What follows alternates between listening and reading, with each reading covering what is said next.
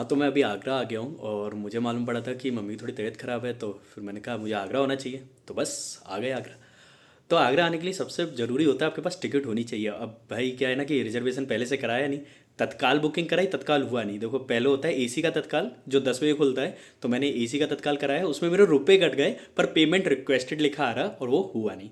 फिर मैंने कराया स्लीपर का तत्काल। स्लीपर में तो भैया करी हो ही नहीं पाया, एंट्री फिल करी तब तक सारी सीट बुक हो गई, तो दोनों हुआ नहीं। फिर मैंने अब मेरे रूम के बगल में एक रूम में भैया रहते हैं, स्वप्निल भैया, मैंने उनको बताया, तो उन्होंने बोला कि रुक मैं करता हूँ जुगाड़। तो उनको उनको एक्सपीरियंस है, वो हर हफ्ते अपने घर जाते हैं, गुजरात से एमपी जाते हैं वो, तो उनको एक्सपीरियंस है। तो उनने क्या करा, मेरी जो ट्रेन थी अहमदाबाद टू आगरा, तो उनने पहले लिया अहमदाबाद टू रतलाम और फिर दूसरा टिकट लिया रतलाम टू आगरा, और इस तरीके से मुझे टिकट मिल गई।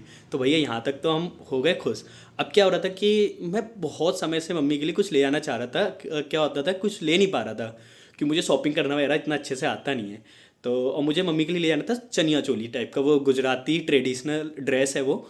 तो मैंने जब मैं जा रहा था अहमदाबाद, मैंने रैपिडो करी थी, तो मैंने उनको बोला कि इधर ऐसा कोई मार्केट वगैरह है, तो उन्होंने बोला लाल दरवाज़ा करके एक मार्केट है, तो उस पर हम नहीं गए थे क्योंकि हमारी ट्रेन लेट हो रहा था। तो उसके बाहर ही कुछ शॉप्स थी रेलवे स्टेशन के 100-200 मीटर पहले, तो वहाँ से हमने एक तुरंत गए, 1 मिनट के अंदर साड़ी पसंद। बोला कि आपके पास साड़ी? उन्होंने कही हाँ है। तो मैंने कही ये चनिया चोली है? उन्होंने कही है। तो मैंने कही ये वाला पैक 4 पीस दिखाए, उन्होंने मैंने कही चलो अब ज़्यादा मत दिखाओ, यही वाला पैक कर दो। और मैंने अंदर से खोल के भी नहीं देखा, तो मुझे डर लग रहा था कि मम्मी को पसंद आएगा या नहीं।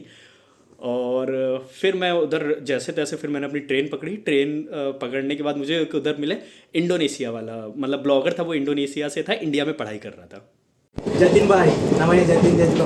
Thank you. Thank you so much Jatin bhai. Okay bye. Bye. See you next time. Bye. I hope to see you again. Okay okay we will. Bye. हाँ, तो उससे इस तरीके की बातें हुई, तो उससे काफ़ी मज़ा आया, मतलब मजाक मस्ती हो गई थी थोड़ी सी, बोल सकते हैं। अच्छा लगा उससे बात करके।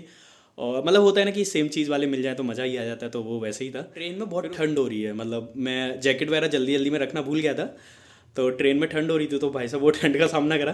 फिर बहुत ठंड है गुजरात में, कुछ ठंड नहीं है, इधर आके मालूम पड़ता है कि कितनी ठंड है। चलो खैर आ गया अपना स्टेशन।